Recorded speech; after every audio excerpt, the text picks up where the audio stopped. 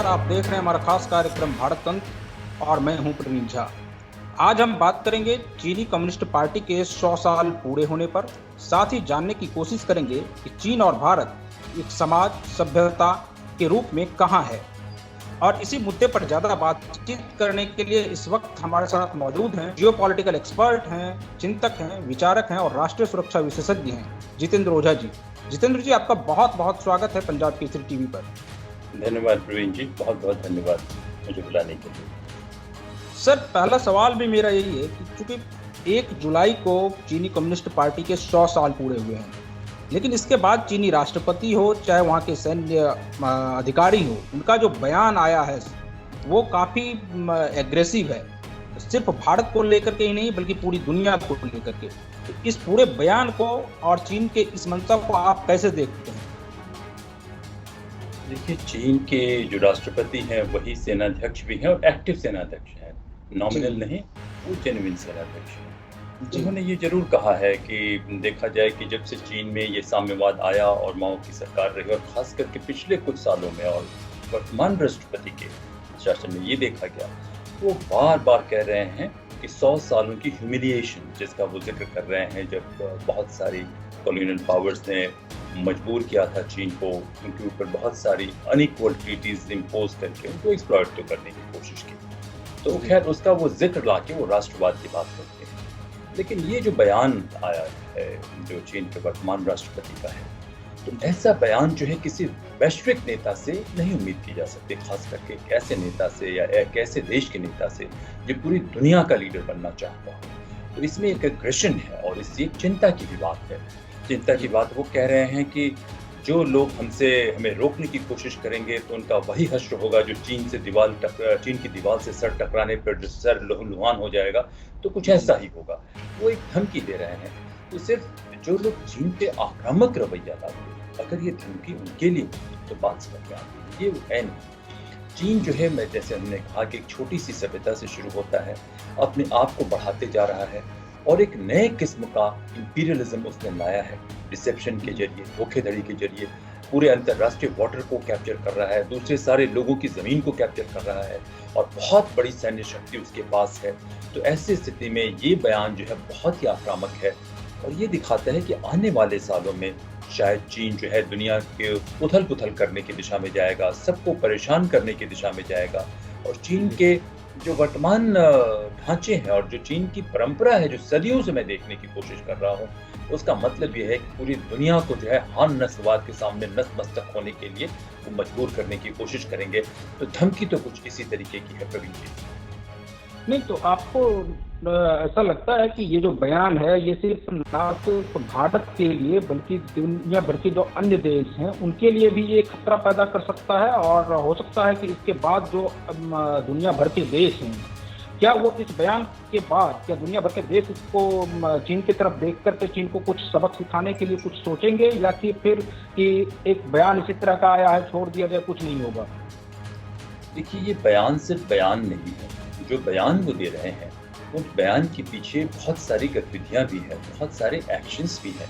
तो जैसे south China सी को उन्होंने कैप्चर कर लिया, लगातार ताइवान को डरा रहे हैं उनकी तरफ से। हमारी तरफ देखिए कि तिब्बत जो है उसकी एसोसिएशन चीन से मुश्किल से 300 साल की है और वही हाल ईस्टर्न पूर्वी तुर्किस्तान का है। मंगोलिया, चंगेज खान का मंगोलिया, जिसने नेस्त नाबूद कर दिया था करीब करीब इनको, लेकिन फिर माफ कर दिया, तो उसको भी गुलाम बना लिया। तो जो धोखेधड़ी से, जो विश्वासघात से, जो ट्रेचरी से, जो डिसेप्शन से, जो हर किस्म के किसी भी हद तक नीचे जाके जो चीन करने की काम करने की परंपरा है, उस परंपरा के हिसाब से जो उनकी गतिविधियां भी हैं, उस गतिविधियों के परिदृश्य में ये बयान महत्वपूर्ण है। और ये बयान और ज़्यादा महत्वपूर्ण हो जाता है वर्तमान चीन के राष्ट्रपति के गतिविधियों का अगर हम अवलोकन करें कि वो क्या कर रहे हैं 2012-13 के बाद से, जो है कि सारी दुनिया में ऑपरेशन ला रहे हैं। अलग अलग उन्होंने मिलिट्री थिएटर बनाने की कोशिश की, हर थिएटर में वॉर जीतने की कोशिश कर रहे हैं। जो नेशनल इंटीग्रेशन की बात कर रहे हैं, जिसमें जो मैंने सारी जगह दुनिया में सीमाओं को वो बदलना चाहते हैं। और भारत के प्रति खास करके चिंता की बात है। देखिए, भारत के प्रति चिंता की बात एक उनसे हमारा मतभेद है। दूसरा, हम चीन से बहुत बड़ी सभ्यता हुआ करते थे। पॉलिटिकली हम डिसइंटीग्रेट होते रहे। मौर्य और गुप्त वंश के बाद जो है कमज़ोर होते रहे। और मुग़ल का जो शासन काल है, मैं उसके नस्ल के हिसाब से नहीं देखता था कि उनका मज़हब क्या था मुग़ल शासकों का। उनका शासन का तरीका था जनता को लूटना, कमज़ोर करना, हर महिलाओं को बलात्कार करना, जो भी मंदिर या जो भी चीज़ है उनको लूट लेना, सिर्फ़ टैक्स वसूल करके या क्योंकि उनके पास सोच नहीं थी। वो एक जाहिल कौम थी, एक बर्बर कौम थी जिसको प्रशासन का कोई अनुभव नहीं था। तो हम देखें कि इस स्थिति में भारत की जो वर्तमान स्थिति है, उस स्थिति में इनका जो रवैया है वो चिंताजनक है, क्योंकि ये लगातार बढ़ते जा रहे हैं भारत की कमजोरियों की वजह से आप कहें, या भारत एक सभ्यता के रूप में जैसे-जैसे सिकुड़ रहा है, चीन बढ़ता गया। 100 साल का ज़रूर पश्चिम के कॉलोनाइजिंग पावर ने उनको परेशान किया, लेकिन उसको छोड़ दें तो इन्होंने एक अजीब-सा मॉडल तैयार किया है और इस मॉडल के खिलाफ लड़ना पश्चिम के लिए भी बहुत मुश्किल नज़र आ रहा है। उन्होंने काम ये किया है कि एक अजीब मॉडल के ज़रिए एक नया साम्राज्यवाद ये किया है। देखिए, अफ्रीका के देशों को, सेंट्रल एशिया के देशों को, तमाम देशों को उन्होंने अपने उनके रिसोर्सेज़ को कब्ज़ा कर रहे हैं, वहाँ पे कुछ ऑटोक्रेट्स को ये कर रहे हैं। जो पश्चिम ने डेमोक्रेसी लाने की कोशिश की, उस डेमोक्रेसी को पश्चिम ने ठीक से नहीं लाने की कोशिश की। उनके अंदर कॉलोनाइजिंग प्रैक्टिसेस कुछ बरकरार रखे, तो एक गैप मिला। उस गैप को चाइना ने बहुत ही एफिशिएंटली और रूथलेसली उसको टैप कर लिया। भारत की जो स्थिति है, भारत अपने ही भीतर के कलहों में उलझा रहा। तो ऐसे में जो पूरी स्थिति नज़र आ रही है, तो मुझे लग नहीं रहा है कि ये सिर्फ बयान एकमात्र है। ये काफ़ी चिंताजनक है, क्योंकि हमारे मन में होता है, कुछ बातें तो हम छुपा लेते हैं, लेकिन कुछ बातें इनडायरेक्टली कहते हैं। तो जितने महत्वाकांक्षी हैं चीन के वर्तमान राष्ट्रपति, उनकी महत्वाकांक्षा देखते हुए ये जो बयान है, ये जो तमाम जो चीन की गतिविधियाँ हैं, तमाम जो विश्व पटल पे जो कुछ हो रहा है, उसको देखने के बाद तो काफ़ी चिंता की बात है। दुनिया के देश कितना एकजुट हो पाएंगे, वो भी उन पे निर्भर करता है, क्योंकि कई देशों में तो उनकी एलीट ही चीन के साथ मिले हुए हैं। यूरोप तक में एलीट जो डीकपल करना, आर्थिक रूप से अलग होना बड़ा मुश्किल होगा। तो मुझे लगता नहीं कि ये सिर्फ संभव है, बहुत से लोग इस बयान को देख के इधर-उधर कर जाएं, लेकिन ये बयान काफ़ी चिंताजनक है। और चिंताजनक हो जाती है कि चीन के राष्ट्रपति जो है, तीसरा टर्म, माने 2 टर्म हुआ करता था डेंग जियाओपिंग के बाद उन्होंने निर्धारित किया था, उन्होंने उसको भी बदल दिया। तो तीसरे टर्म में आएंगे, और तीसरे टर्म में आने के बाद जो है लगता है कि ये अग्रेसिव पॉलिसी उनकी और बरकरार रहेगी और जारी रहेगी। संभव है चीन को भी उससे नुकसान हो, लेकिन जितने तानाशाह होते हैं उनको ये सब नजर नहीं आता। उन्हें अपने आप से इतनी मोहब्बत होती है कि उसकी चक्कर में वो दुनिया का नुकसान करते हैं, अपने देश का नुकसान करते हैं, अपने समाज का नुकसान करते हैं। तो मैं सोचता हूँ कि ये काफ़ी चिंताजनक बात है, और तमाम प्रजातांत्रिक देशों को और खास करके भारत को एक नए सोच की जगह पहल लेने की जरूरत है कि मिनिमम कोलैटरल डैमेज के साथ हम कैसे करें। लेकिन मेरा मानना है कि ये तमाम बातों की वजह ये है कि भारत में एक पुरानी सभ्यता होने के बावजूद हम में कुछ कमी रही कि ये एक इम्बैलेंस आ गया, और चीन का जो है मनोबल कहें या चीन का अग्रेशन कहें बढ़ गया है। प्रवीण जी सर, तो इस पर भारत के नेता हो चाहे अधिकारी हो, उनका वो क्या सोच रहे होंगे, क्योंकि आप भी एक अधिकारी रहे हुए हैं, तो क्या उस स्थिति में आप क्या सोचते हैं इस बयान को, क्योंकि भारत की तरफ से तो इस तरह का कुछ अभी तक आया नहीं कोई बयान, तो आपको क्या लगता है कि इस पर क्या भारत को रिएक्ट करने की जरूरत है क्या? देखिए, हमें पहली बात तो एक इस मानसिकता से निकलनी चाहिए कि ये वाक युद्ध नहीं, बयान का जवाब बयान। हम लोगों ने जीवन को, प्रशासन को, राष्ट्रीय सुरक्षा को, सबको एक अभिनय समझ लिया है।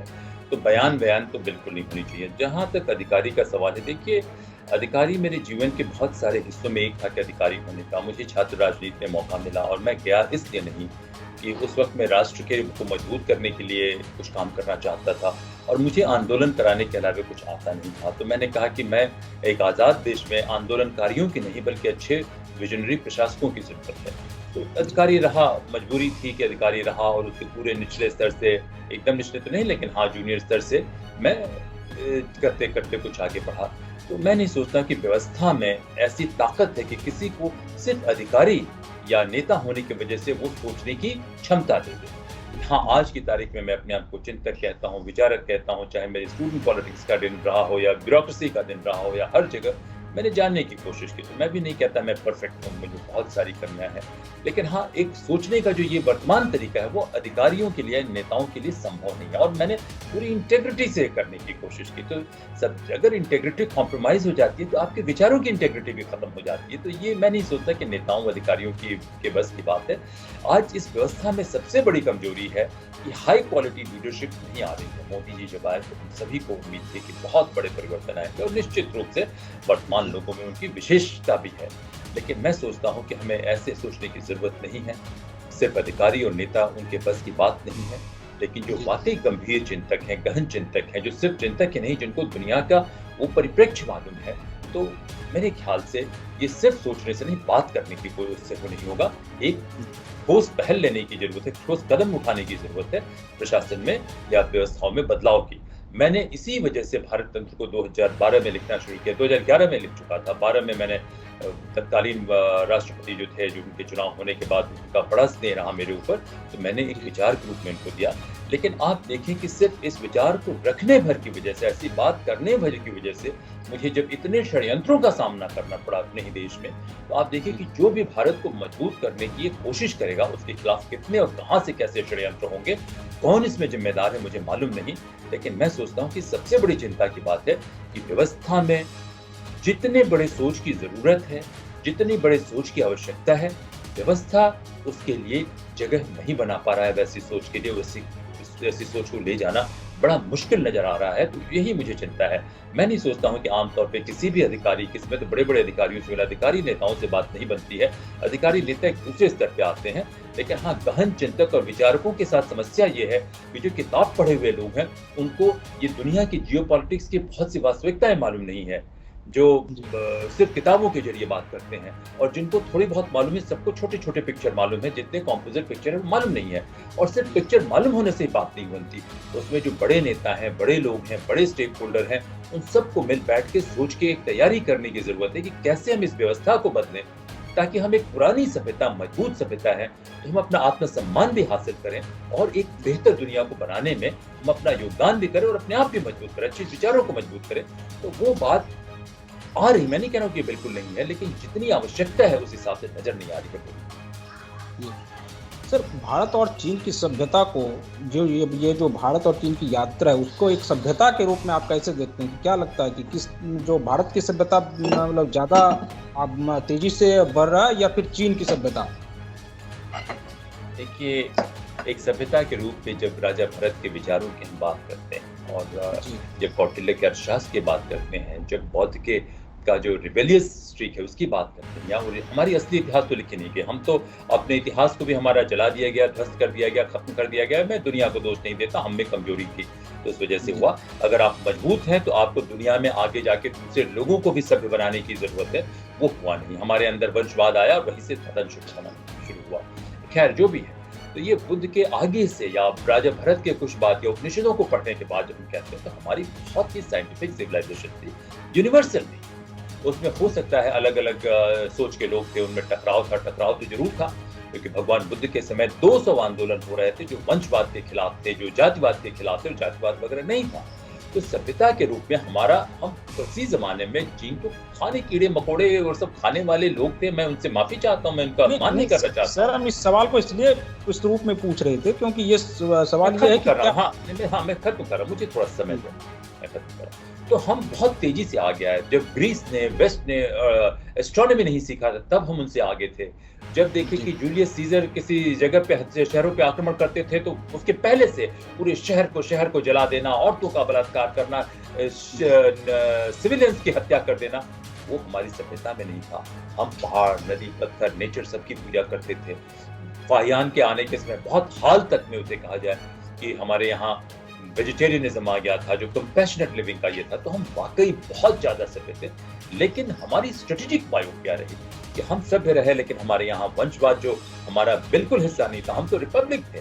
मैंने पिछली दफ़े भी कहा कि राजा भरत ने अपने पुत्रों के बजाय हुमायूँ को अपना उत्तराधिकारी ये किया। देखिए, और ये काफ़ी सालों तक चलता रहा, लेकिन 4वीं शताब्दी में आते-आते हमारे अंदर बहुत भ्रष्टाचार हुआ।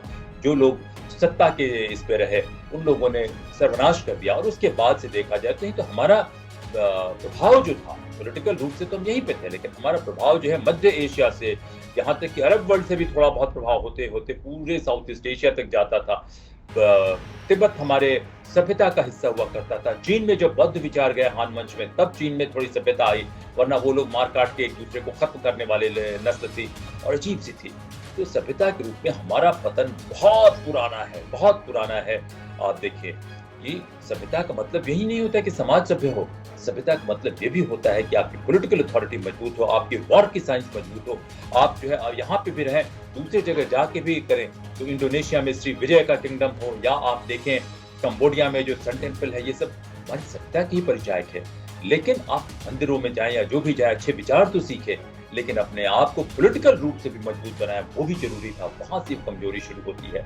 और आप देखिए कि चीन जो है येलो और यांगजे रिवर के बीच में कुछ कमार किसानों और थोड़े आपस में झगड़ा करने वाले लोगों की सभ्यता होती थी, और वो एक्सपेंड करते गए। तो देखिए, जब इंटेग्रिटी का ह्रास होता है, आप देखें इंटेग्रिटी का क्या कहते हैं कि जो ईमानदारी का अपने विचारों में, या धर्म की जो परिभाषा थी, वो मंदिर मस्जिद में जाने की परिभाषा नहीं थी। धर्म की परिभाषा थी कि एक परिस्थिति में आपके रोल के हिसाब से आपका उत्तरदायित्व क्या होता है। तो धर्म को भी भ्रष्ट कर दिया गया। तो हम पतित होते रहे, लेकिन पतित होने के बावजूद बहुत स्तर पे रिसरेक्ट करने की कोशिश की गई, और हम ही एकमात्र सभ्यता है कि बचे हुए हैं। तो सभ्यता के रूप में हमारी लड़ाई तो चल रही है, लेकिन देखा जाए कि चीन की जो सभ्यता भी, हम उसे कहें या नहीं कहें, हम कहें कि चीन का एक आक्रामक नस्लवाद जो है वो हासिल मजबूत होते जा रहा है, और एक सभ्यता के रूप में हम कमजोर होते जा रहे हैं। नस्लवाद की बात मैं नहीं कर रहा हूँ, मैं हिंदू नस्लवाद की बात नहीं कर रहा हूँ, मैं इस्लामिक नस्लवाद की बात नहीं कर रहा हूँ। और जबकि हमारे सभ्यता के भारतवर्ष के बीच में देखिए कि एक तो इस्लामिक इन्वेजन आया, अरबिक इन्फ्लुएंस आ गया, दूसरी चीजें आ गई, अपने वैल्यूज भी हमारे कमजोर हो गए। हम में से कुछ जो है वो इस्लामिक ट्राइबलिज्म को कॉपी करने की कोशिश कर रहे हैं। जो इस्लामिक यहाँ से अरब के जो सोच वाले लोग हैं, वो देश को ही कुछ नहीं समझते, उनमें से कुछ तबका है। लेकिन इन तमाम के बावजूद बहुत से, चाहे वो हिंदू हो या मुसलमान हो या सिख हो, कि तो खैर सबसे बहादुर और सबसे लड़ाई करने वाली ईमानदार कौम है, या क्रिश्चियन भी हो, आइडेंटिटी कुछ भी क्यों ना हो, ये लोग लड़ रहे हैं। तो सभ्यता के रूप में हमारे भीतर एक लड़ाई चल रही है। उस लड़ाई में हम अभी भी बराबर की लड़ाई है, लेकिन भीतर हमारी लड़ाई है। और चीन को जो सभ्यता हम कहते हैं, मैं उसे एक आक्रामक नस्लवाद कहता हूँ, और इस आक्रामक नस्लवाद के जरिए चीन जो है पूरी दुनिया को परेशान कर सकता है। तो ये जो है, आप मुझे संक्षेप में कहें तो ये तो बहुत बृहद विषय है। इसमें थोड़ा सा इसका लेखा जोखा मेरा यही होगा। नहीं सर, मैं इसलिए इस सवाल को पूछ रहा था क्योंकि देखिए, अगर हम बहुत ज़्यादा सभ्य हैं फिर भी हम कमज़ोर होते जा रहे हैं, चाहे वो आर्थिक रूप से हो, तकनीकी रूप से हो, हर तरह से कमज़ोर होते जा रहे हैं। लेकिन अगर वो असभ्य होकर के भी पूरे बहुत तेज़ी से आगे बढ़ रहा है, और हर क्षेत्र में, चाहे वो तकनीकी रूप से हो, आर्थिक रूप से हो, हर क्षेत्र में आगे है, तो आखिर भारत सभ्य होने के बाद भी पिछड़ता चला जा रहा है, और वो असभ्य होने के बाद भी मजबूत होता चला जा रहा है। तो आप कहाँ कमजोरी देखते हैं भारत में? देखिए, आप सभ्य थे, अगर सभ्य होते हैं तो उसके बाद आप डिके करना शुरू करते हैं, बिखरना शुरू करते हैं। जिस तरीके से जीवन के लिए हर समय नए नस्ल की, नए खून की जरूरत होती है, उसके समाज के लिए नए विचारों की जरूरत होती है। तो जब से ये जो मूर्ति पूजन का, इसका मैं क्षमा चाहता हूँ, मैं खुद अपने आप को, मेरे पूर्वज उपनिषद लिखने और पढ़ने वाले ये थे। हमारे एक पूर्वज ने एक भाषा में रामायण भी लिखने की कोशिश की और लिखा है उनका। तो मैं ये कहना चाहता हूँ कि मैं हिंदू तो धर्म नहीं है, सनातन वैदिक जो भी आर्य परंपराएं हो, जो भी कहें, तो इन परंपराओं में कभी बड़ी शक्ति थी, लेकिन इनमें कमी आनी शुरू हुई। इनमें जब वंशवाद आना शुरू किया, अयोग्य उत्तराधिकारी आने शुरू किए, और हमारे दिमाग को इतना भ्रष्ट कर दिया गया कि हम राजतंत्र को तो सही मानते हैं। तो ये जब अयोग्य उत्तराधिकारी आने लगे, जातिवाद आ गई कि जन्म के आधार पर ही आपको ये मिलेगा। मैं जरूर कहता हूँ कि मेरे पूर्वज ये थे, लेकिन मैं बिल्कुल नहीं क्लेम करता कि मुझे कोई धर्म के आधार पर कोई प्रिविलेज मिलनी चाहिए, बिल्कुल नहीं मिलनी चाहिए। कर्म के और विचार के आधार पर मिलनी चाहिए। यहाँ से जब कमी आनी शुरू होती है, तो अगर आप मजबूत हैं तो आपको हर जगह मजबूत होने की जरूरत है। वो हम मजबूत नहीं है, भीतर में हम में बेईमानी, मक्कारी, झूठ आ गई, और एक दफे आप गुलाम हो जाते हैं। चीन की जो मैंने बात मैं भूल गया था उसमें कहना, सिर्फ 90 से 92 साल तक के 100 साल से भी कम जो है चीन जो है मंगोल वंश के अधीन रहा। कुबलाई खान के समय में जो इसका जिक्र 1212वीं या 13वीं शताब्दी में, चीन कभी किसी का गुलाम नहीं हुआ। भारत गुलाम रहा, अपने से कम पढ़े लिखे, अपने से कम समझ वाले नस्लों का गुलाम रहा, और उस गुलामी की वजह से कहें या उस कमजोरी की वजह से गुलाम हुआ, और गुलामी की वजह से सोच में और कमजोरी आ गई। तो हम में कमजोरी है, हम उसको मानना चाहिए कि देखिए, दुनिया में युद्ध करना आप नहीं छोड़ सकते। आज यहाँ युद्ध नहीं है तो दुनिया में कहीं और युद्ध करने जाइए, वहां से और आगे युद्ध करने जाइए। आपको फैलते रहना पड़ेगा, एक तो वो। दूसरी बात, भीतर में योग्य लोगों को आप अगर हत्या कर दें, उनको खत्म कर दें कहीं पे भी, तो इससे विचारों की बड़ी दरिद्रता है कि आप योग्य लोगों को खत्म कर दें, और जो अयोग्य व्यक्ति हैं उनकी सोच क्या है, वो सिर्फ अपने बारे में सोचेंगे, हम लूट लें, हम चोरी कर लें, हम यहाँ पे बैठ जाएं। तो ये तो समाज को खत्म करेगा। चीन में सब कुछ होने के बावजूद मेरिटोक्रेसी बहुत हद तक है। चीन में जब ब्यूरोक्रेसी आई, ठीक है, राजा के स्तर पर राजतंत्र था, वो परफेक्ट नहीं था, बहुत लोगों की हत्या होती थी, गरीब लोगों के जीवन की कोई कदर नहीं होती थी। अभी भी थोड़ा सा उसमें सुधार आया है कि कुछ गरीब तो ठीक हुए हैं, लेकिन बहुत सारे गरीब लोग सिर्फ इकोनॉमिक मशीन से अधिक नहीं है। लेकिन जो मेरिटोक्रेसी ब्यूरोक्रेसी के लेवल पे है, सोशल एलीट के लेवल पे है, जो मिड लेवल पे मेरिटोक्रेसी है, वो मेरिटोक्रेसी को आजादी है, वो काम कर रही है, वो सोच है। चीन की दीवार बनाते समय वहां के राजा तो अय्याशी में डूब रहे थे कि लोग आ गए, जो मंगोल आके तातार्स जो है उन्होंने चीन को खत्म किया। वहां के कुछ फौज के लोग जो मेरिट की वजह से फौज में आए थे, ब्यूरोक्रेसी में आए थे, उन लोगों ने सोच के इनिशिएटिव लेके उस दीवार को बनाने की कोशिश की। राजा को कहा कि आप अय्याशी करते रहिए, हम करेंगे। तो हम कितना भी कहें, आज चीन की ब्यूरोक्रेसी में ये आलम है कि काबिल लोग आते हैं तो भ्रष्टाचार करते हैं, ऐसी बात नहीं है ट्रांसपेरेंसी नहीं होने की वजह से, लेकिन थोड़ा बहुत भ्रष्टाचार करते हैं। लेकिन उनको इतनी आजादी है, उनका इंटरेस्ट, सोसाइटी का इंटरेस्ट इस तरीके से चीन ने मर्ज किया कि वो इकोनॉमिक प्रोग्रेस भी लाते हैं। तो देखिए, एक प्रजातंत्र को बनाना मुश्किल है। अगर हम वाकई सही तरीके से प्रजातंत्र अपने मूल्यों से बनाएं, और भारत तंत्र का लक्ष्य ही यही है, तो देखिए चीन से भारत कम से कम 2 से 3 गुना बड़ी अर्थव्यवस्था होता है। चीन में भी वो मानवता लाता, लेकिन नहीं, हम ये नहीं कह सकते कि आज हम अच्छे हैं। आज हम बिल्कुल अच्छे नहीं, आज हमें 50,000 कमी है। प्रजातंत्र होने के बावजूद भी हमारी सोच मुगलई है, हमारे ढांचे को रिक्त कर दिया गया है, हमारा ढांचा इंटाइटलमेंट ड्रिवन है, हमारे में अंदर नस्लवाद है, हमारे अंदर जातिवाद है, बहुत सारी चीजें हैं, लेकिन पूरी तरीके से नहीं है। उसके साथ साथ कुछ बहुत अच्छी चीजें हैं। तो वर्तमान भारत बहुत अच्छी और बहुत खराब चीजों का मिश्रण है, लेकिन हमारी जो अच्छी चीजें हैं वो बड़ी नायाब है। अगर हम उनको बचा के नहीं रखते हैं तो वो अच्छी चीजें भी खत्म होंगी प्रवीण जी, और एक सभ्यता के रूप में तो हम बहुत ही चिंताजनक चौराहे पे खड़े हुए हैं। सर, अगर भारत जो है अगर वो चीन के मुकाबले कमजोर होता है तो क्या इसका दुनिया पर क्या असर पड़ेगा, आप क्या मानते हैं? देखिए, कहीं पर भी अगर एसिमेट्री बहुत बढ़ जाती है जी, एक हमने कहा था ना, किसी एक कहावत है, मेरी याद नहीं आ रही है, कि वही आदमी अगर अच्छा हो जाता है तो उसको सम्मान से बात करते हैं, और खराब हो जाता है तो उसके नाम को भी डिस्टॉर्ट करके उसको अपमान से बात करते हैं। तो देश का मतलब ही यही है कि देश जो है अपने भीतर नागरिकों को पूरी सुरक्षा देगा कि आप मेहनत कीजिए, आप अच्छे से काम कीजिए, आप ठीक से कीजिए। लेकिन एक देश, एक सभ्यता, एक समाज के रूप में हम मजबूत रहेंगे तो हम खुद भी मजबूत रहेंगे, अपना भी नाम करेंगे, दूसरों को भी थोड़े से अच्छे से उनको भी बनाने की कोशिश करेंगे। तो भारत की सोच हमेशा यही रही, हमने कभी किसी को जजिया नहीं इम्प्लीमेंट किया। आज भारत के लोग कहीं कुछ ये नहीं करते, लेकिन हाँ, भारत में का परिचायक है कि बेईमान मक्कार businessman Gupta family south Africa में देखें, या कुछ परिवार लंदन में बैठे हुए हैं जो हथियारों की दलाली करना, इस भारत के भ्रष्ट समाज का ये एक हिस्सा है। समाज भ्रष्ट हो गया तो ऐसी ताकतें आ गई, या ब्रिटिश कॉलोनियलिज्म या मुगल कॉलोनियलिज्म की वजह से हमारे एलिट ऐसे हो गए, हम नहीं जानते, लेकिन ये हकीकत है। तो अगर भारत कमजोर होता है, भारत की सभ्यता के रूप में कमजोर होता है, तो जो ह्यूमनिज्म, जो डिग्निटी साधारण लोग को मिलती है वो नहीं मिलेगी। वो एक अजीब किस्म का एलिटिस्ट अथॉरिटेरियनिज्म आएगा। चीन चाहे तो एक ऐसा भी बम बना दे कि लोग अपने घरों में बैठे बैठे गरीब लोग मर जाएं, दुनिया की पॉपुलेशन 2 बिलियन कम हो जाए, और कुछ एलिट लोग आपस में आए और आपस में फिर झगड़ा शुरू हो सकता है। उनके भीतर भी कभी ना कभी तो झगड़ा होगा। तो मैं सोचता हूँ कि एक बैलेंस का होना इस क्षेत्र में बहुत जरूरी है। भारत के जो मानवीय मूल्य हैं, उन मानवीय मूल्य का गांधी की वैल्यू नहीं है। गांधी ने तो गौतम बुद्ध के वैल्यूज को लिया, गांधी ने तो हमारे और पुरातन वैल्यूज को लिया, पुरातन मूल्यों को लिया। वहीं से गांधी ने उनको थोड़ा सा रीइंटरप्रेट करने की कोशिश की, और गांधी की वैल्यूज नहीं आती तो शायद साउथ अफ्रीका में नेल्सन मंडेला नहीं होते, शायद अमेरिका में मार्टिन लूथर नहीं होते, और जो अश्वेत वर्ण के लोग हैं जो उनको सम्मान मिल रहा है वो सम्मान शायद गांधी नहीं होते तो कभी नहीं मिलता। तो भारत का एक मानवीय सभ्यता के हिसाब से मजबूत होना बहुत जरूरी है, और भारत के कमजोर होने में दुनिया के दूसरे देश बिल्कुल जिम्मेदार नहीं है। दुनिया के बहुत सारे अफ्रीका में, फार ईस्ट में सारे लोग भारत की तरफ देखते हैं, लेकिन भारत में गुलामी की वजह से कहें या भारत के अपने डीके की वजह से कहें, डिकाडेंस की वजह से कहें, भारत में सोच बड़ी भ्रष्ट हो गई है। और एक बेईमानी को आप फिल्मों के जरिए, इसके जरिए, उसके जरिए बेईमानी को आप लॉजिकल समझाते हैं, और किसी न किसी तरीके से जो मुगलई सोच है, जो भ्रष्ट मुगलई सोच है, इस्लाम में बहुत अच्छी चीजें हैं। एक इक्वालिटी की बात इस्लाम करता है। इस्लाम जो है कई दफे यूनिवर्सल कंपैशन की बात करता है, लेकिन वो जगह, वो नस्ल उतने सभ्य नहीं थे, और उनको खत्म करके एक अजीब किस्म का नस्लवाद लाने की कोशिश की गई। तो इस बिखराव के चलते जो है मैं सोचता हूँ कि भारत का कमजोर होना पूरी दुनिया में शांति के लिए, लोगों के, साधारण लोगों की सुरक्षा के लिए बहुत ही खतरनाक होगा।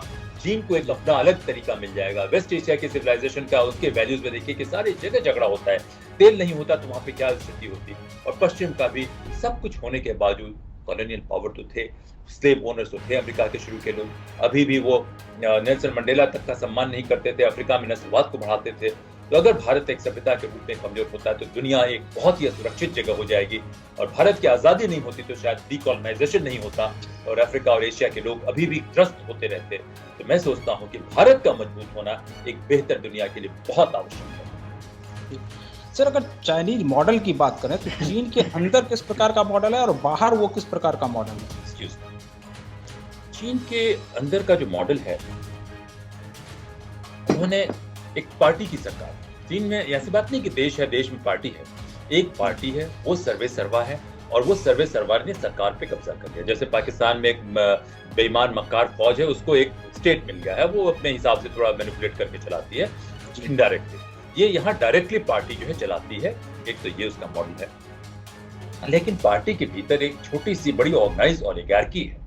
उस ओलिगार्की में काफी हद तक कुछ एरिया में ऑप्रेसिव है बाहर के लोगों के लिए, पार्टी गैर पार्टी के लोगों के लिए, जनता के लिए, और भीतर में भी ऑप्रेसिव है। क्योंकि जो कन्फ्यूशन हार्मनी की वो बात करते हैं और लीगलिज्म की बात करते हैं, हानफी करके उनके दार्शनिक थे उन्होंने, और सन्यान करके ये लोग लीगलिज्म की बात करते हैं कि कानून के हिसाब से करेंगे सब काम, और इनकी जो तो ये सोच सिर्फ दार्शनिक नहीं है, इसको जीवन में भी काफी हद तक, पूरे एब्सोल्युटली तो नहीं होता है, काफी हद तक इस सोच को भी वो लाने की कोशिश करते हैं। तो इसमें होता क्या है कि सरकार को सारे लोग नतमस्तक हैं सरकार के सामने, लेकिन जो पार्टी के नेता हैं वो कहते हैं कि आपको एक फादर फिगर के रूप में प्रेजेंट करना है अपने आप को, तो उनमें कुछ ना कुछ तो ईमानदारी है, ये टिन पॉट डिक्टेटरशिप की तरह नहीं है।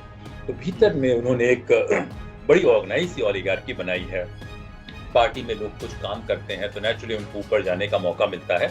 100% ऑनेस्ट नहीं है, उसमें भी बेईमानी थोड़ी मिली हुई है, लेकिन उतनी ज्यादा नहीं है, इतनी बेईमानी है कि वो सस्टेनेबल है। उसका एक इनह्यूमन रूप है, उसका ब्रूटल फेस है कि माओ ने 4 करोड़ लोगों की हत्या करवा दी, 20 लाख लोगों को शी जिनपिंग जी ने गायब करवा दिया है।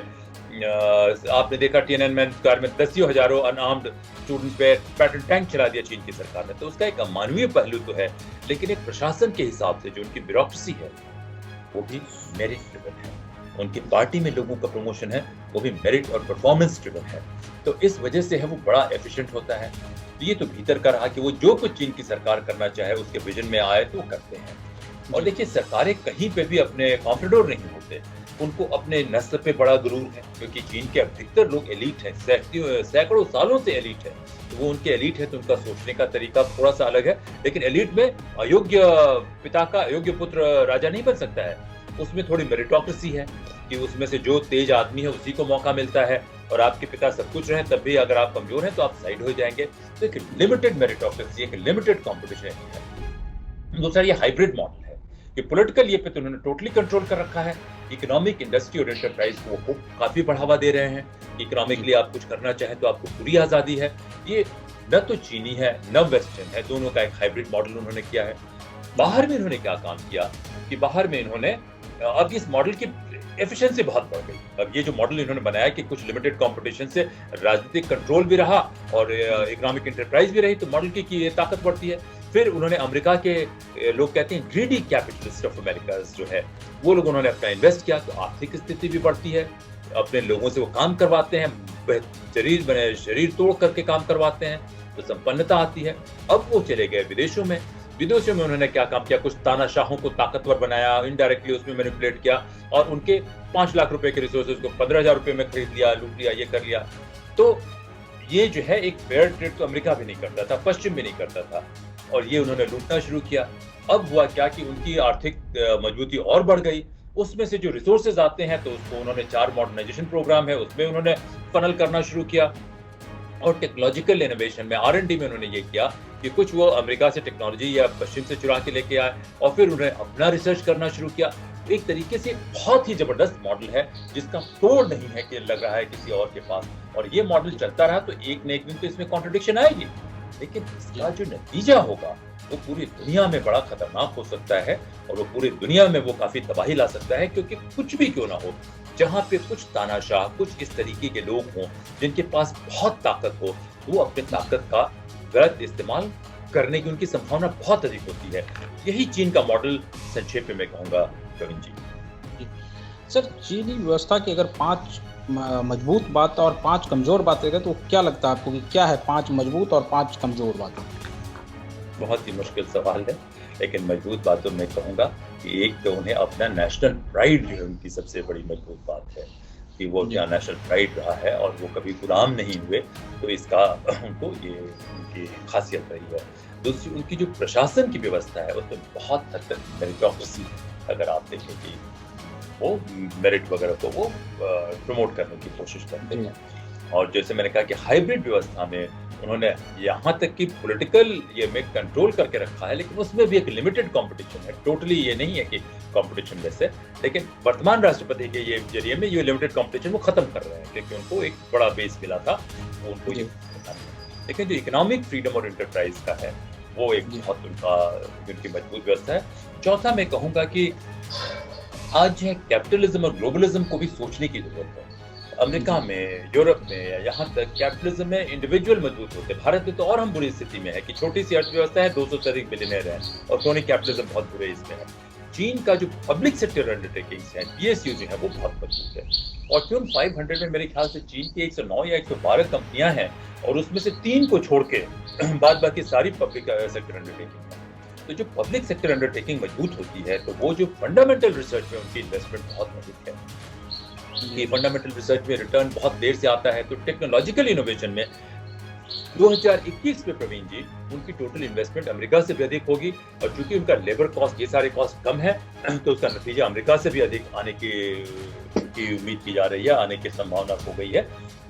और आने वाले 7-8 साल में लगता है कि वो मैंने उम्मीद की जा रही है कि वो सबसे बड़ी अर्थव्यवस्था भी बन जाएंगे। तो ये उनकी इसी मजबूती की वजह से कि एक अजीब सा फ्यूजन, हर जगह उन्होंने एक हाइब्रिड और फ्यूजन वाला मॉडल क्रिएट किया है। और 5वीं बात मैं कहूंगा कि भीतर में कोहेजन बहुत है, कि उस कोहेजन का क्षमा कीजिएगा नुकसान भी है कि कोहेजन का नुकसान ये है कि कई दफे ह्यूमन राइट्स के वायलेशंस होते हैं, जैक मा जैसे लोगों पे भी अधिकारों का हनन हो जाता है। लेकिन कोहेजन होने की वजह से डोमेस्टिक डिस्कॉर्ड ऑलमोस्ट नेग्लिजिबल है, ऑलमोस्ट ना के बराबर है। तो इसका फायदा भी है, नुकसान भी है कि डोमेस्टिक कोहेजन होने से वो बाहर से जो चुनौतियां हैं, उस चुनौतियों को अच्छे से लड़ने में कामयाब होते हैं, लेकिन डोमेस्टिक कोहेजन में नहीं है। जहां तक बुरी बातों का कहेंगे कि देखिए, मैं कहूंगा कि कोई भी नॉन ट्रांसपेरेंट अथॉरिटेरियन व्यवस्था आज न कल एक कॉन्फ्लिक्ट ब्रीड करेगी। ये कॉन्फ्लिक्ट धीरे धीरे नहीं आएगा, अचानक आएगा और बहुत तेजी से एक्सप्लोड कर जाएगा, तो वो रहेगा। दूसरा मैं कहूंगा कि नॉन ट्रांसपेरेंट में चीन में करप्शन है। ऐसी बात नहीं कि नहीं है, करप्शन कम हो सकता है, किसी किसी सेक्टर में, किसी में ज्यादा हो सकता है, वहां पे भी खराब लीडरशिप आई, कभी ये हुआ कि इस करप्शन का उनको काफी नुकसान उठाना पड़ सकता है। तीसरा मैं कहूंगा कि ह्यूमन राइट्स का, कि कितने भी अमीर क्यों ना हो जाए, आपकी जिंदगी सुरक्षित नहीं है, किसी की भी जिंदगी सुरक्षित नहीं है। सारे लोग एक पॉइंट के बाद जो है डर के रहते हैं, तो अगर स्थिति खराब होती है तो सभी के जीवन को नुकसान ये होगा। चौथा मैं कहूंगा नस्लवाद का, कि देखिए चीनी का उनको असर हो या नहीं हो, चीन के लोग कभी भी हान नस्लवाद से कभी बाहर निकल ही नहीं सकते। यहाँ तक कि अफ्रीका में, सेंट्रल एशिया में कई जगह उनके प्रोजेक्ट हो रहे हैं, तो वहाँ पे उनके प्रति वैमनस्यता बढ़ रही है, तो होना बढ़ रही है। क्यों? क्योंकि नस्लवाद का वो ये करते हैं, प्रदर्शन इस तरीके से करते हैं कि वो दूसरे को इंसान समझते ही नहीं है। पांचवा मैं ये कहूंगा कि ओपेक होने की वजह से सरकार को सही फीडबैक नहीं मिलता, कभी भी ओपेक है, अथॉरिटेरियन है, तो उसमें कहीं ना कहीं तो कॉन्ट्रडिक्शन आएगा। तो ये 5 जो है उनकी मजबूती और 5 जो है उनकी कमजोरी मैंने आपको बताने की कोशिश की। सर, इसी सवाल को अगर भारत के संदर्भ में देखा जाए तो उसको आप कैसे देखते हैं कि भारत की 5 मजबूत बातें क्या है और 5 कमजोर बातें क्या है? क्योंकि ये तो चीन की तो हम समझ लिए, लेकिन अब भारत के संदर्भ में अगर इसी सवाल को देखें तो देखिए, भारत की सबसे जो मजबूत बात है वो हमारे यहाँ परिवार का मजबूत होना। जिस परिवार में माता पिता अपने बच्चों के लिए किसी भी हद तक जा सकते हैं, और मैं सोचता हूँ कि इस परिवार वाली भावना पे आपके ISI जो मुंबईया फिल्मों के जरिए आक्रमण करे, या वहाँ के लोगों के जरिए आक्रमण करे, या किसके जरिए आक्रमण करे, या इकोनॉमिक मॉडर्नाइजेशन या वेस्टर्नाइजेशन के जरिए हो, ये हमारी मजबूत इंस्टीट्यूशन भी खतरे में आ गई है।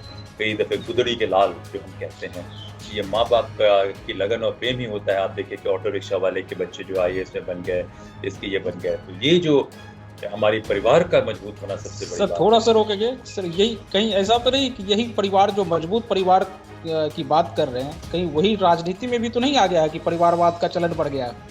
तो उसका ये भी ऐसा ही कह रहे हैं, लेकिन कोई भी अच्छी चीज़ जो है वो खराब भी होती है। बहुत ज़्यादा मीठा भी खा लेते तो ज़हर के बराबर हो जाता है। तो इसीलिए भगवान बुद्ध को मैं सबसे बड़ा दार्शनिक मानता हूँ कि किसी भी चीज़ के एक्सट्रीम पे नहीं जाना है। तो उसका वो गलत तरीका है, लेकिन अब वो होने के बावजूद अब दोनों में बैलेंस नहीं है। आप सही कह रहे हैं इस बात को, लेकिन हाँ, एक ऑनेस्ट परिवारवाद, दूसरा समाज या कम्युनिटी। देखिए, हम तो गुलाम रहे। गुलाम होने के बावजूद जो है ये जो चीज़ें खराब हो जाती है तो खराब है। फिर भी नॉन वायलेंट होना भीतर में, वो हमारी स्ट्रेंथ थी, लेकिन वो भी हमारी अब कमज़ोर होते जा रही है कि आपस में झगड़े बहुत ज़्यादा शुरू हो गए हैं। और ये जो पुरातन मूल्य जो थे हमारे, कुछ भी क्यों ना हो, एक थोड़ा बहुत तो जातिवाद ये सब होने के बावजूद, सारी कमियों के बावजूद हमारे यहाँ प्रजातंत्र अगर कामयाब है, तो इसकी वजह यही है कि हमें कम्युनिटी की फीलिंग बहुत है। हम एक दूसरे की उतनी हत्या नहीं करते, हम उतने वायलेंट रेस नहीं हैं। ये चौथी है। दूसरा मैं कहूँगा कि भारत से गए हुए बहुत से मजबूत लोग देखें कि आज हमने दुनिया में कितने सीईओ दिए। योग की परंपरा, आयुर्वेद की परंपरा, तो जो पुरातन ज्ञान, पुरातन चीजें, पुरातन संगीत, उनमें बड़ी शक्ति है, मगर इन तमाम चीजों पे आक्रमण हो रहा है। जो हमारी अच्छी चीजें, जो कुछ भी क्यों ना हो, आक्रमण हो रहा है। पांचवा, जो भारत माता की जो भावना है, ये उस पर भी बहुत सदियों से आक्रमण होता जा रहा है, आज भी आक्रमण हो रहा है। तो जो भी हमारी मजबूत चीजें हैं, उन पे सभी पे आक्रमण है। कोई चीज एकदम बैलेंस में नहीं है। परिवार भी बैलेंस में नहीं है। वो परिवार ऐसा नहीं हो रहा है कि बच्चों को प्रमोट करने के बाद पीछे हट जाए, नहीं, वो परिवार बच्चों को प्रमोट करने के बाद अपना वो वर्चस्व कायम कर रहे हैं, तो वो भी एक ये है। दूसरा, भैया फिल्मों के जरिए महिलाओं को जो है एक ऑब्जेक्ट और आर्टिकल बना दिया गया है कि मजबूत लोग चाहे तो उसको आर्टिकल बना के खत्म कर ले, वो हमारी कमजोरी है। और प्रजातंत्र का होना हम में निश्चित रूप से हमारी ताकत है, लेकिन ये प्रजातंत्र भी इरोड हो रहा है, कमजोर हो रहा है। ये आप कहें हमारी ताकतें हैं। कमजोरियों का हम कहेंगे कि बहुत पहले से कहा जाता रहा है कि 4 हिंदुस्तानी एक दिशा में तभी चलते हैं जब वो 5वें को कंधे पे उठाए हुए रहते हैं। जहां उसको कंधे से उतारा, फिर उसके बाद उनके भीतर कलह झगड़ा शुरू हो गया। ये हमारी सबसे बड़ी कमजोरी। दूसरी, जातिवाद और धर्मवाद। ये जातिवाद का था, चलिए जातिवाद कम हो रहा है जी। लेकिन जो एक इस्लामिक धर्मवाद आया और इसके पूरे भारत की सभ्यता में देखिए कि जो आज अफगानिस्तान में ये हो, अगर आया तो भारत को हिंदुइज्म और इस्लाम को एक तरीके से कोएग्जिस्ट करके एक दूसरे की अच्छी चीजों को लेके आगे चलने की जरूरत थी, लेकिन हुआ नहीं। कुछ लोगों ने तो पहले आक्रमणकारियों ने किया, फिर कुछ पैरेलल एफर्ट होते रहे फ्यूज करने के, कुछ यहाँ से भी होते रहे। और आज जो है इसके भीतर इतना झगड़ा है भारतीय सभ्यता को, मैं मानता हूँ अफगानिस्तान से लेके तिब्बत वगैरह पूर्वी तुर्किस्तान होते हुए मैं इंडोनेशिया तक भारतीय सभ्यता को मैं मानता हूँ तो एक सभ्यता थी। और इसमें भारत, हिंदुइज्म और इस्लाम के बीच में जो संघर्ष है, एक संघर्ष है, और ये बहुत खतरनाक संघर्ष है। जिस तरीके से पाकिस्तान और अफगानिस्तान को में बढ़ाया जा रहा है और यहाँ पे हो रहा है, ये संघर्ष है। दूसरा जो है हमारा एलीट जो है, खास करके कमर्शियल एलीट का, सारा नहीं, एक बहुत बड़ा तबका बहुत ही मक्कार और बेईमान है, बहुत अपॉर्चुनिस्ट है। जैसे एक साउथ अफ्रीका में एक परिवार की हमने बात की, जितना भी लोग कहते हैं कि क्रिकेट मैच कहीं का भी हो, फिक्स करने वाला बुकी हिंदुस्तानी होगा। तो ये हमारे कैरेक्टर पे जो सो कॉल्ड कमर्शियल एलीट है, उसकी कैरेक्टर को दर्शाता है। तो ये है। चौथा, मैं कहूंगा कि हम एक कंफ्यूज सिविलाइजेशन, न तो हम भारत ही रहे, न हम पश्चिम बन गए। तो हमें आत्मविश्वास की सभ्यता के रूप में कमी आ गई कि हम पश्चिम को एक सुपरफिशियल लेवल पे उनके खराब चीजों की नकल करते हैं और अपने आत्मसम्मान को कम करते हैं, अपने विश्वास को कम करते हैं, और न हम यहाँ के रहे न वहाँ के रहे, उस वाली स्थिति की तरफ जा रहे हैं। ये एक कमजोरी है। चौथा, मैं कहूँगा कि हेल्थ केयर से लेकर हमारी प्रशासनिक व्यवस्था बहुत ही कमजोर है, बहुत ही मुगलई ढांचा है, चाहे वो पॉलिटिकल हो या चाहे ब्यूरोक्रेटिक हो, उसका ढांचा बहुत मुगलई है। जुडिशरी जो है, आप देखिए कि 30-40 साल लगाती है फैसले करने में। तो ये एक बहुत बड़ी कमजोरी है प्रवीण जी। ये हमारा ढांचा जो है कमजोर है, समाज की अच्छी चीजों पे आक्रमण हो रहे हैं, हम अपने अस्तित्व और अस्तित्व से दूर हटते चले जा रहे हैं और अब नहीं कर पा रहे हैं, और नए विचारों को नहीं आने देना, ये जो है सबसे खतरनाक जो असहिष्णुता है, जो अच्छे विचार हैं, और वो कोई बाहर के लोग नहीं ला रहे हैं। वो ऐसी बात नहीं कि मुसलमान लोग ला रहे हैं या ये कर रहे हैं। जो तथाकथित हमने कहा कि सो कॉल्ड हिंदू जो है, उनमें इतना झगड़ा है कि हम ही यहाँ के वर्चस्व यहाँ हमारा रहेगा, और कोई अच्छे विचार लाएगा तो उसको हम खत्म कर देंगे, उसको हम बेईमानी से करेंगे। तो हम एक सभ्यता के रूप में जैसे कहा कि अच्छी चीजों को नहीं ले पाए और कंफ्यूज है, यही हमारी सबसे बड़ी त्रासदी या कमजोरी है प्रवीण जी। सर, चीन की सैन्य शक्ति और भारत की सैन्य शक्ति पर आप क्या कहेंगे? देखिए, एक पॉइंट के बाद मैं इसे ज्यादा जिक्र नहीं करता, लेकिन मैं कहता हूँ कि भारत के सैनिक जो है अपने देश के लिए लड़ाई करते हैं जी। चीन के सैनिक जो है अपनी पार्टी के नौकर हैं। तो एक तो फर्क है कि जो भारत माता का कॉन्सेप्ट है, चीन में माता का कॉन्सेप्ट नहीं है, वो एक नौकरी है, वो उनके मालिक ने कहा वो करेंगे। तो जब उनकी स्थिति मजबूत होगी तो चीन के सैनिक लड़ेंगे, लेकिन जब उनकी स्थिति खराब होगी तो भाग जाएंगे। भारत के सैनिक भारत माता के लिए, चाहे वो कोई भी क्यों ना, उन्होंने उनकी परंपरा है कि भारत माता के लिए जान देंगे। तो सैनिक का ढांचा भले ही वेस्ट ने बनाया, लेकिन जो स्पिरिट है वो उसमें अभी भी भारतीय है। तो देखे कि गलवान में अकेले थे, हथियार नहीं, कुछ नहीं, लेकिन उन्होंने लड़के जान दिया, लेकिन खदेड़ के भगा दिया। और जब उनकी लाशें आती हैं, तो उनके जो शहीदों के अपार्थिव शरीर आते हैं, तो हमारी पूरी जनता उनका सम्मान करती है। ये सबसे बड़ी ताकत है। और हम तेज दिमाग के लोग हैं, सब कुछ होने के बावजूद चीन के मुकाबले हमारे लोगों का दिमाग तेज है। सब ये है, हम यूनाइट नहीं हो पाते, वो एक कमजोरी है। तो ये तो हमारी ताकतें हैं। और चूंकि हमारे पास बड़े असॉर्टेड हथियार है, चीन के भी है, रशिया के भी है, चीन ने कह रहा है, माफ कीजिएगा, रशिया के भी हैं, अमेरिका के भी हैं, और हमारे अपने भी हैं। हथियार हमारे पास हर जगह के हैं। हम इनोवेशन के साथ करते हैं, और बैटल फील्ड में तो यही मैटर करता है। लेकिन चीन की ताकत जो है कि वो जो है उसकी अर्थव्यवस्था हमसे 5 गुना मजबूत है। और बहुत ज्यादा वो टेक्नोलॉजिकल इनोवेशन में कई एरिया में उन्होंने या तो अमेरिका के हथियारों को कॉपी कर ली है, उसके ऊपर इम्प्रोवाइज कर दिया है, तकनीकी रूप से बहुत मजबूत है। हमारे यहाँ भी DRDO ISRO कर रही है, तो वो एक है। तीसरा हमारा, मैं कहूँगा कि जो दलालों की लॉबी है, जो हथियार आर्म्स डीलर्स की लॉबी, देखिए पिछले 50, 60, 70 साल में कोई भी डेवलपिंग कंट्री में कोई बड़ा आर्म्स डील हुआ ही नहीं जिसमें किकबैक नहीं किया गया। कोई नहीं हुआ। कोई कहे कि ये हुआ है, मैं मानने को तैयार नहीं हूँ, ये संभव ही नहीं। और ये जो है किकबैक लेने वाले अधिकतर जो मैन्युफैक्चरर है उन्हीं की तरफ से ही लोग लेते हैं, कुछ यहाँ के भी लोग लेते हैं। तो जो है हमारे पास इंडिजिनस आर्म्स इंडस्ट्री को डेवलप करने ही नहीं दिया गया, उस पर ज्यादा रिसर्च को एब्स्ट्रैक्ट करने की कोशिश की गई। नंबी नारायण का एक केस है, सैकड़ों हमारे साइंटिस्ट उनकी हत्या कर दी गई और पूरी मीडिया बात करने को तैयार नहीं है। अब भारत की कमजोरियों में मैं एक और कहूंगा कि बिकाऊ मीडिया जो उसे कमजोरियों में शामिल कर लीजिएगा कि सबसे बड़ा खतरा है कि जनता के लिए जो प्लेटफॉर्म था वही किसी और के लोगों की जेब में चला गया और उनकी चोटी किसी और के कदमों के नीचे पड़ी हुई है। तो मीडिया का बिकाऊ हो जाना ये सबसे खतरनाक बात है। खैर, मैं यही कह रहा हूँ कि ये जो इंडस्ट्री का, इंडिजिनस डिफेंस इंडस्ट्री का डेवलप नहीं होना, उसमें SNT को के खिलाफ एक छत युद्ध का चलते रहना, ये हमें बहुत कमजोर करता है। तो ये हमारी कंपैरेटिव डिसएडवांटेज है। तो इसको हम चाहें तो जरूर दूर कर सकते हैं। और हमारा जीवन, आपका जीवन 60, 70, 80, 100 साल तक हो सकता है, लेकिन सभ्यता का जीवन हजारों सालों तक है। तो अगर हम अभी भी बदलाव लाते हैं तो हमारे जीवन काल में हो या नहीं, हमारे बाद के जीवन काल में हमारी सभ्यता के लिए तो ये मजबूत होगा।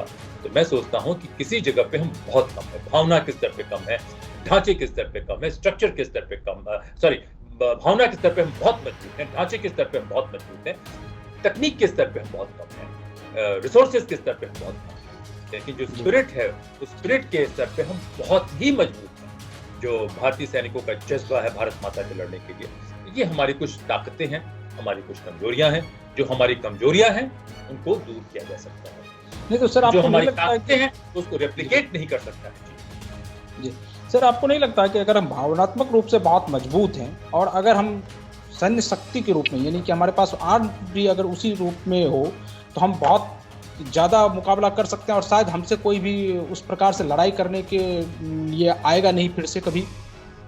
एक जो है सैन्य शक्ति या कोई भी शक्ति अचानक नहीं बढ़ती है। आप पहली मंजिल पे हैं तो सीधे 100वीं मंजिल पे नहीं पहुंचेंगे। पहली से दूसरी, तीसरी या 2-4 आपने लिफ्ट ले लिया और जाना है तो धीरे धीरे करके पहुंचेंगे। तो ये जो है भारत बहुत मजबूत होता था, तभी तो भावनात्मक रूप से मजबूत है कि अगर भारत का प्रभुत्व होता था मध्य एशिया और से होते हुए पूरे इंडोनेशिया तक और यहाँ तक चीन और जापान तक से बात करते हैं। जापान ने कहा कि अगर भारत नहीं आया होता हमें तो हम उसको शायद इतने नहीं सीख पाते, हमारा चरित्र इतना नहीं बनता। तो सीखा। तो आज जब गिरते हैं तो बहुत जोरों से गिरते हैं, काफी ऊंचाई से गिरते हैं। हम बहुत नीचे गिरे हैं काफी जोरों से ये होने के बावजूद, लेकिन उतना नहीं गिरे हैं। फिर भी हम सौभाग्यशाली हैं, हम इतने बड़े देश हैं, दुनिया के 4-5 सबसे मजबूत अर्थव्यवस्थाओं में से हैं, इतना हमारा टैलेंटेड डायस्पोरा है। तो अगर हम इफेक्टिव लीडरशिप, इफेक्टिव गवर्नेंस, थोड़ा सा लीडरशिप लेवल में कैरेक्टर बना दें, थोड़ा सा गवर्नेंस ढांचे को इम्प्रूव कर दें, तो पूरे इस क्षेत्र में हमारी GDP, GNP कम भी हो तब भी चीन को हमसे खौफ रहेगा। सैन्य नहीं, पूरी ताकतों को, आजकल तो एक ताकत होती नहीं, सारी ताकतों को मिला ले तो चीन के लोग भारत के जैसा मॉडल बनाना चाहेंगे। पाकिस्तान के लोग विद्रोह कर देंगे कि हमें भारत जैसे में शामिल होना है। पाकिस्तान की ये सिर्फ दाढ़ी टोपी वाले और टेररिस्ट और कठमुल्ले को छोड़ दें तो बाद बाकी सारे लोग भारत में आना चाहेंगे। और यहाँ के भी जो मुस्लिम आतंकवाद फैलाना चाहते हैं वो लोग भी सही हो जाएंगे। और जो ये जो यहाँ पे, जैसे मैंने कठमुल्ला कहा, तो यहाँ पे मैं कहता हूँ कट्टरपंडित भी हैं, जो ढोंगी किस्म के लोग हैं, जो मक्कार लोग हैं, जो हिंदुइज्म का लबादा ओढ़ के अपना फायदा कर रहे हैं, इन लोगों को भी दबा दिया जा सकता है। तो भारत की जो समस्याएं हैं वो दूर करने लायक है, लेकिन जो भारत की ताकतें हैं उन ताकतों को लाने में सदियां भी काफी कम होंगी। तो आप सही कह रहे हैं सर। भारत की नौकरशाही और चीन की नौकरशाही की तुलना आप कैसे करते हैं? क्योंकि चीन की नौकरशाही जो है वो उनकी सबसे बड़ी ताकत है, और दुनिया में जहां जहां नौकरशाही प्रोफेशनल रही, मजबूत नहीं थी, तो वहां वो डिश होता है। तो चीन की नौकरशाही का जहां तक प्रश्न है, उनका काफी 3rd सेंचुरी बीसी से उनकी परंपरा है और वो मेरिट के जरिए जाते हैं। और आज की तारीख में चीन की नौकरशाही में परफॉर्मेंस एंड लीडरशिप ड्रिवन नौकरशाही है। ये नहीं कि आज आप मेला हैंडल कर रहे हैं तो कल किसी और चीज को हैंडल कर रहे हैं, तो परसों डिफेंस हैंडल कर रहे हैं, ये नहीं है। वहाँ स्पेशलाइजेशन है। आप जिस क्षेत्र के लीडर बनते हैं नौकरशाही में, उस विषय का आपको बहुत अधिक ज्ञान होता है, और सीनियरिटी बेस्ड प्रमोशन नहीं है, उनका परफॉर्मेंस ड्रिवन प्रमोशन है। आप संस्कृत की या पाली के विद्वान भी हो सकते हैं, या गणिताचार्य भी हैं, या कंप्यूटराचार्य भी हैं, तो आपको कोई ऐसा विषय नहीं दिया जाएगा कि आप जाके आप इसको देखना शुरू कीजिए। खैर, गणित और कंप्यूटर तो बहुत अच्छे विषय हैं, वो सीखने के बाद कुछ और भी सीख जाएंगे।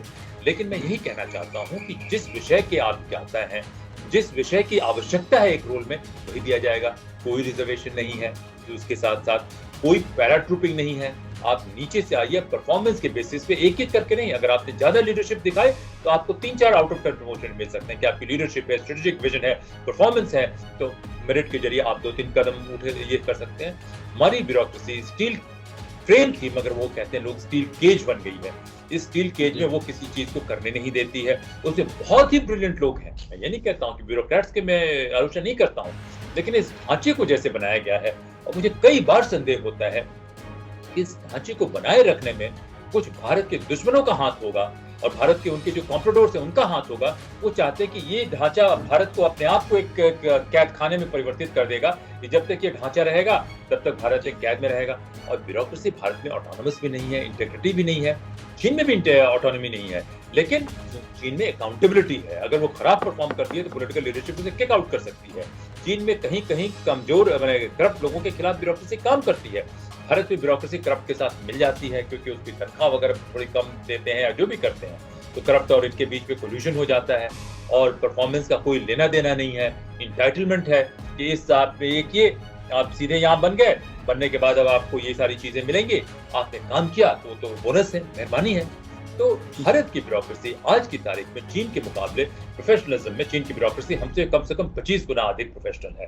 मैं क्षमा चाहता हूं, ये नहीं कि जबकि ब्यूरोक्रेट के लेवल पे देखें तो भारत का एवरेज ब्यूरोक्रेट चीन के एवरेज ब्यूरोक्रेट से शायद 3 गुना ज्यादा इंटेलिजेंट रहता है जब वो ज्वाइन करता है, लेकिन उसकी प्रोफेशनल ग्रोथ नहीं होती, उसकी नॉलेज की एनहांसमेंट नहीं होती, उसका एज ए प्रोफेशनल या एज ए लीडर वो इवॉल्व नहीं कर पाता, वो आपस के झगड़े में सिस्टम के इसमें वो चरमरा जाता है। तो ये हमारे कमजोरियां भी हैं। क्यों नहीं कर पाता, यही तो सवाल है कि आखिर कहाँ कमजोरी है।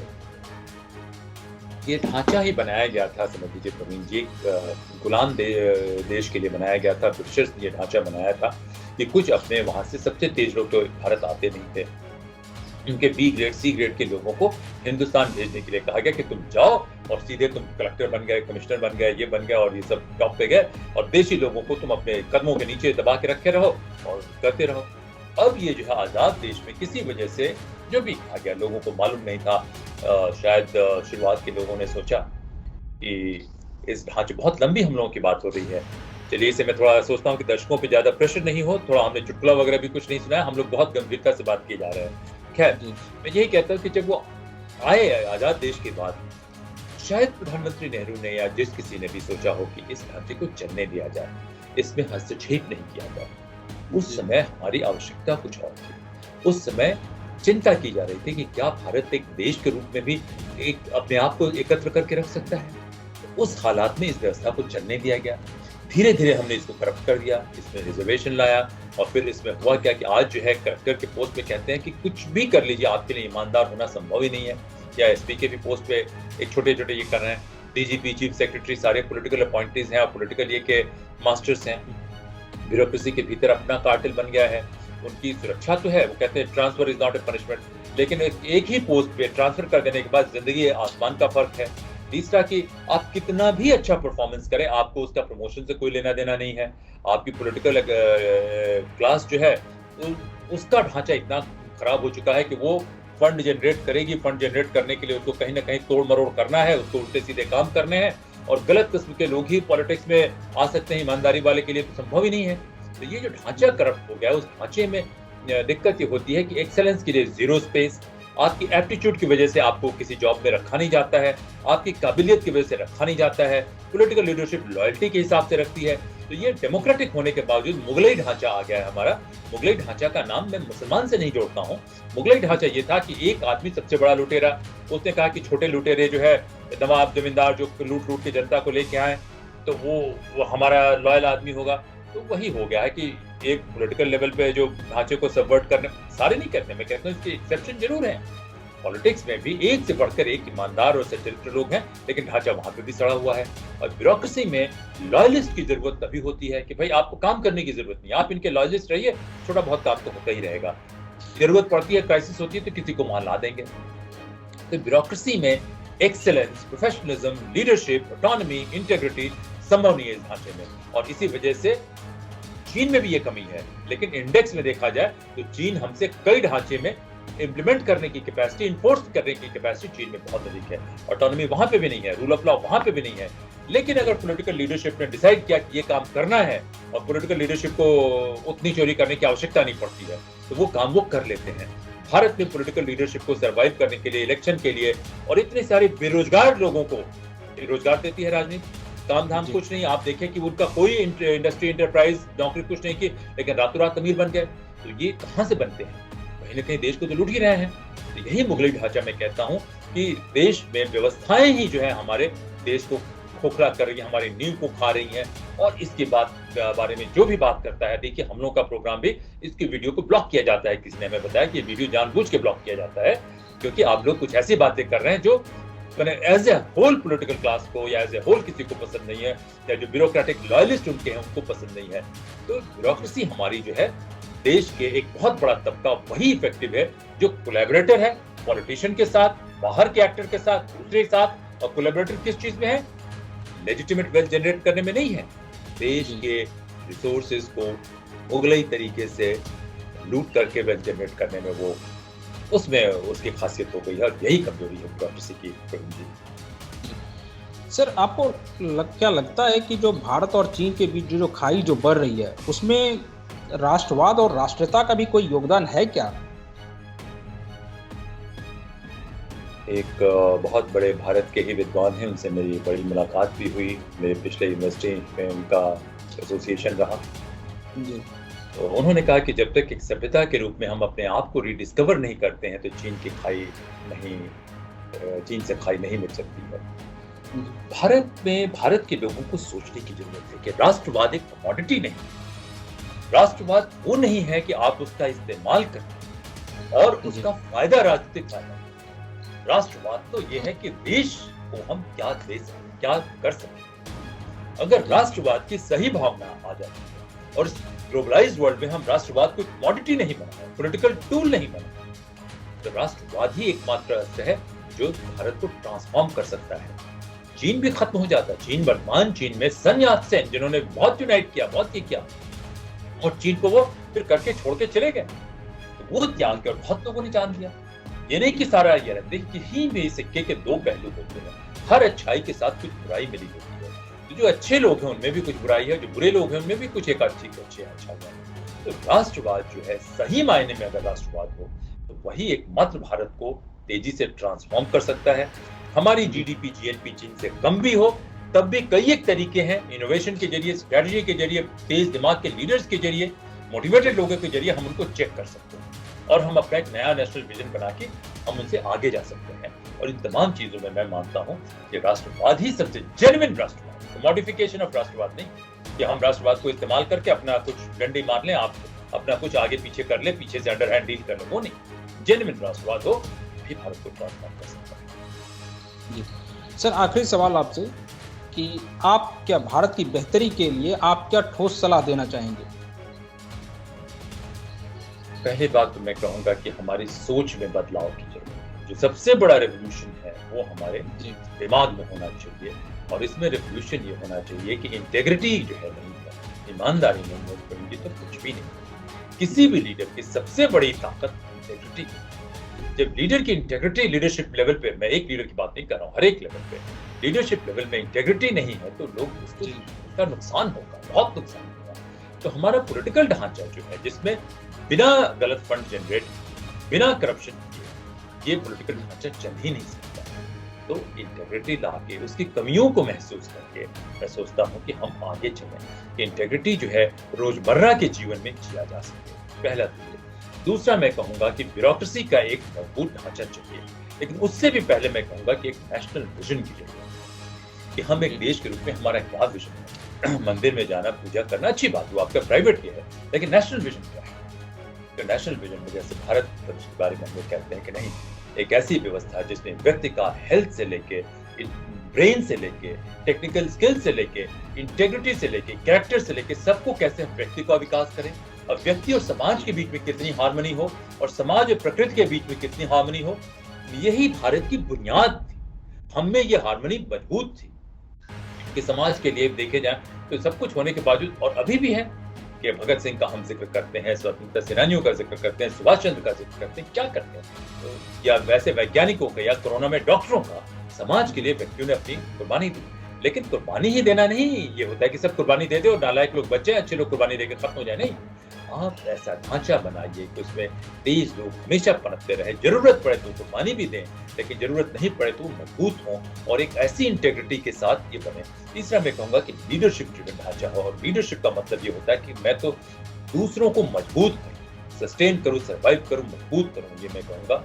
चौथा कहूंगा कि हमें पश्चिम के कैपिटलिज्म, चाइना के कम्युनिज्म, इन तमाम चीजों से अच्छी चीजें तो ले, लेकिन अपने हिसाब से एक ऐसा समाज बनाए जिसमें हार्मनी की बात कर रहा हूँ, कि कैसे व्यक्ति मजबूत ही नहीं हो बल्कि समाज में वो योगदान करे। और ये सब कहने की और भाषण देने की बात नहीं हो, इसको कैसे हम ऑपरेशनलाइज करें। तो ये जो 4-5 जो चीजें मैं कह रहा हूँ कि अपने कैरेक्टर को बनिए, लीडरशिप का कल्चर ये कीजिए, इनोवेशन लाइए, मजबूत ढांचे को लाइए, ये सब 4-5 चीजें की जा सकती हैं। कुछ में समय लगेगा, और सरकार और समाज दोनों को यहाँ आने की जरूरत है, और एक लीडर से, एक व्यक्ति से कहने से नहीं होगा। मैं मोदी जी की पूजा बिल्कुल नहीं करता, लेकिन मैं उनका प्रशंसक जरूर हूं उनकी अच्छी चीजों का, लेकिन मैं सोचता हूं कि वो भी कामयाब नहीं रहे, कि बहुत से भ्रष्ट किस्म के लोग, बहुत से गलत किस्म के लोग उनके आसपास आ गए हैं, और एक लीडर या 2 लीडर या 4 लीडर कुछ नहीं कर सकते हैं इतने बड़े देश में।